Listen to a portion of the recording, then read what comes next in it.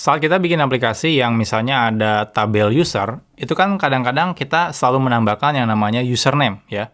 Contohnya mungkin teman-teman bisa nambahin username kayaknya di X gitu ya, atau Twitter gitu ya, atau mungkin di aplikasi yang lainnya. Jadi ada username-nya.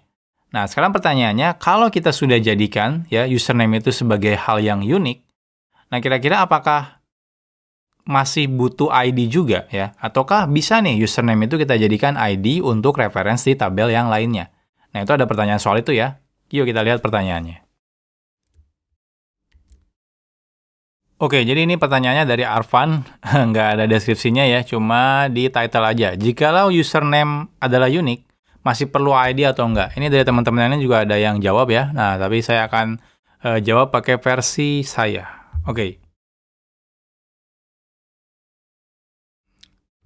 jadi ini paling saya akan sharing sedikit pengalaman ya yang pernah saya temuin di project saya sebelumnya. Jadi sebelumnya itu ini kita bilang username sebagai ID. Oke. Jadi sebelumnya itu saya ketika join ke sebuah project, ada satu project ya.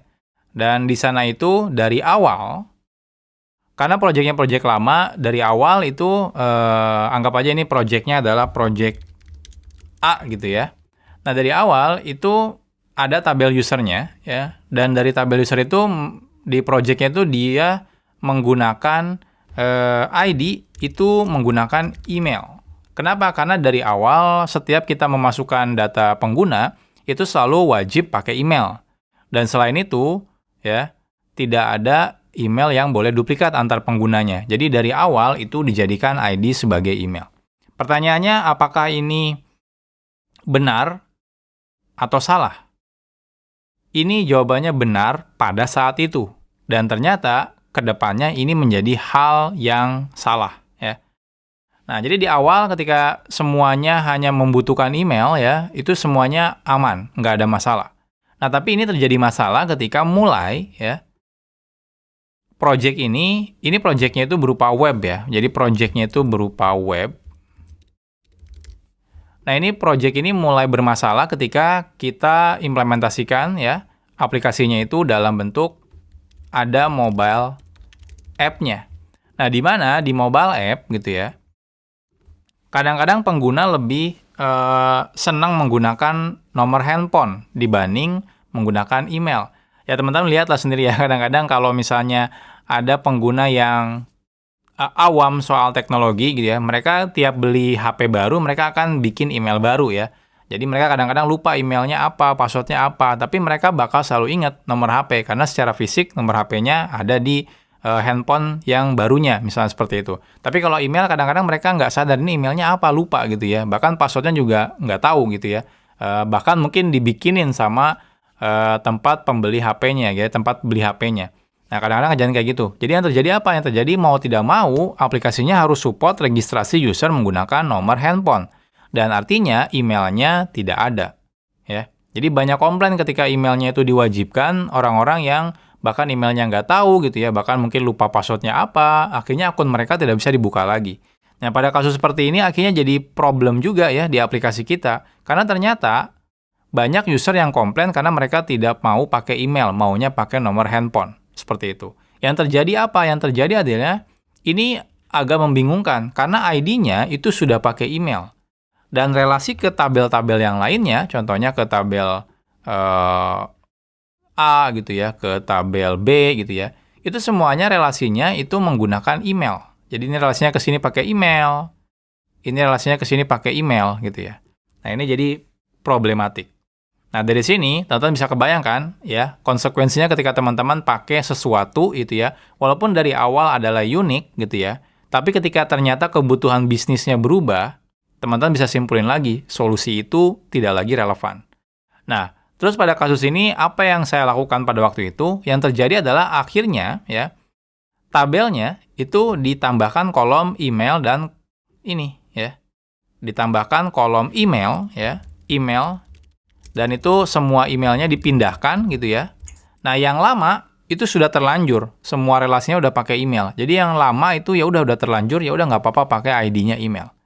Dan yang baru-baru gitu ya, itu ada email dan juga ada font. Ini adalah fontnya.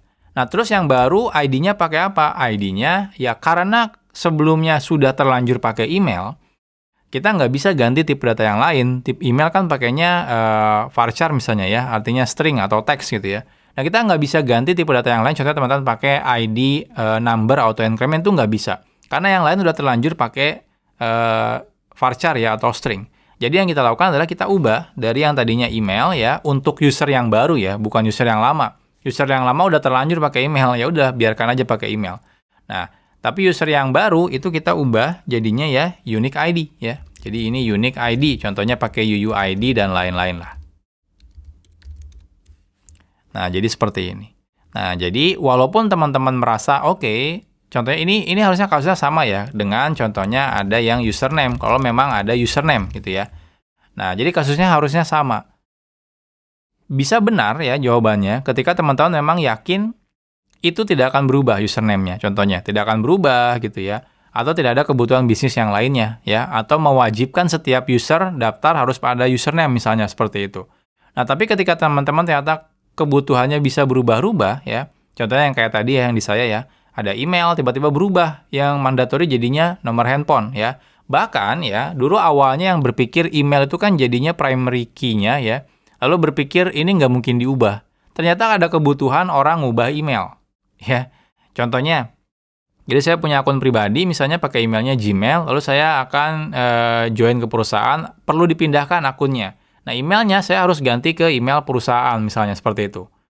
Nah, kebayang kalau nggak ada fitur ganti email, karena teman-teman sudah terlanjur bikin emailnya jadi primary key, itu ribet banget. Teman-teman harus update semua relasi tabelnya untuk mengubah foreign key-nya.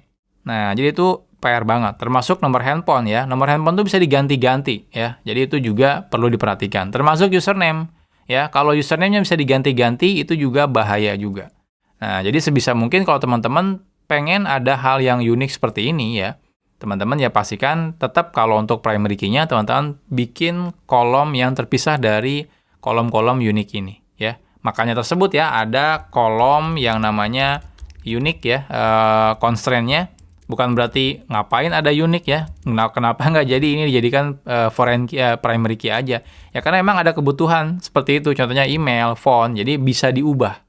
Kalau misalnya primary key ya biasanya walaupun bisa gitu ya, itu biasanya tidak akan diubah lagi. Nah, jadi seperti ini. Jadi baik lagi benar tidaknya itu baik lagi ke teman-teman ya. Apakah dia bisa berubah-ubah ya kebijakannya nanti ya ke depannya. Tapi kalau saran saya lebih baik kita bersiap-siap aja ya. Kita nggak tahu kebijakan nanti di bisnis itu bakal seperti apa. Bisa aja kan dinamis ya. Kalau bisnis ya bisa berubah-ubah terus.